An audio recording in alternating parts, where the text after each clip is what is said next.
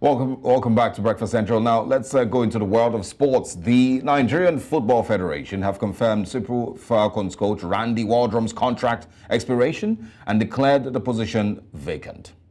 The statement from the Federation reveals the NFF board resolved to be thorough and ensure meritocracy in the composition of a new coaching crew for various women's national teams in the country, the Super Falcons, Falconets, and Flamingos, within the shortest possible time. The Super Falcons and Falconets have crucial qualifying fixtures for major championships in a matter of weeks. This decision follows Waldrum's impressive run at the 2023 FIFA Women's World Cup. The US-based manager was appointed coach of the Super Falcons in February 2021. And of course, it's now left for us to see what happens next with, Waldrum and, of course, the Super Falcons. Will that place be immediately filled by somebody else, or maybe not? We'll see. But of course, still talking Nigeria and sports, Nigerian international Paul Osarogie has left Southampton on loan to Turkish side Trabzonspor since he couldn't play regularly in the championship club. Now, after joining Southampton from Belgian club Genk in January 2023, Paul Osarogie made 11 Premier League appearances without scoring a goal for the Saints, as they were demoted to the second tier of English football. Really sad. But so far this season, the 29-year-old Nigerian forward has managed to make just one appearance for the coach Russell Martin's side. He recorded the appearance when he came on as a substitute in an EFL Cup game. He will be the fourth Nigerian player to play for Trabzonspor, following the footsteps of Ogenyi Onazi, John Mikel Obi, and Anthony Wankeme. And of course, we wish him the very best in his future, of course, career as a footballer. Moving on, Guinea-Bissau wrapped up their successful Africa Cup of Nations qualification campaign with a 2-1 win over Group A rival Sierra Leone at the Estadio 24 de Setembro on Monday evening. The Juventus had already secured their spot at the Continental Finals prior to the match, but ensured that they finished with a healthy haul of 13 points, just 2 short of group winners Nigeria. The Leon Stars claimed an early lead via Amadou Bakayoko, but Guinea-Bissau, beg your pardon, leveled through Nito in the 35th minute to ensure the match was locked at 1-1 at halftime. And early in the second stanza, Fran Culino converted from Famana Kizera's assist to put the hosts 2-1 up, a lead they enjoyed to the full-time whistle.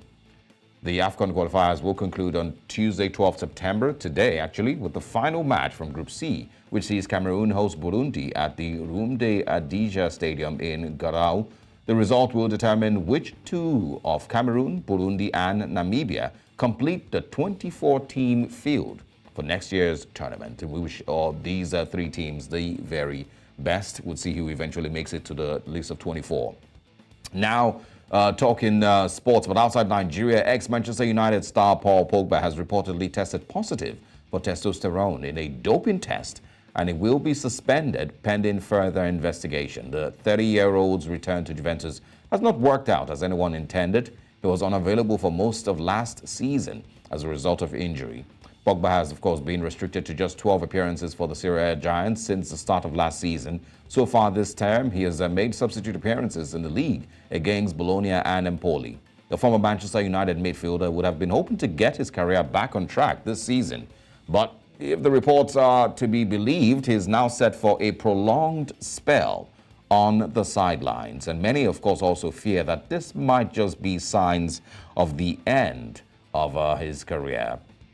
But move away from Italy, let's go to the English Premier League now. Arsenal have submitted their List A squad to UEFA for the 2023-2024 Champions League group stage. The Gunners have been drawn in Group B alongside Sevilla, PSV Eindhoven, and Lyon, as they, of course, expected. They have included summer signings, Kai Havertz, Declan Rice, and David Raya, as well as youngsters in the form of Lino Sousa and James Hilson.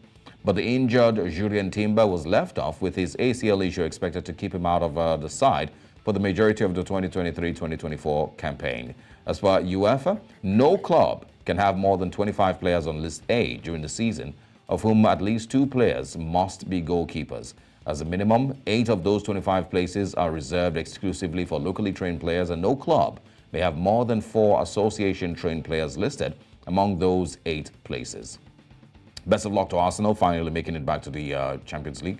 We wish them the very best. And now, moving away from sports, two previously moving away from the EPL, I beg your pardon, two previously unranked fighters have made their way into the P4P list. First, it was Alex Pereira, who had been ranked after a fifth-round finish of Adesanya at UFC 281. Now, it is Sean Strickland demanding to have a number next to his name after an incredible upset of Israel Adesanya at UFC 293 on Saturday. He debuts at number 10 on the chart ahead of former UFC champions Pereira, Max Holloway, and Jiri Prochazka, Jermaine Sterling, and a number of luminaries who also won superior records. Recent results for ranked fighters Sean Strickland has moved up to number 4, while Israel Adesanya sits at number 12. His compatriot Kamaru Usman moved up 2 places to number 18 in the rankings. And of course, friends, family, and fans, well wishes, everyone wishes Israel Adesanya a quick recovery. And of course, that he gets back into winning ways in his next match. I'm not sure if there's going to be a rematch with Strickland. But of course, we'll see how that turns out. His last fight, Israel Adesanya's last fight was very, very disappointing for a lot of his fans and supporters. I'm not sure what exactly happened. But that's all for sports.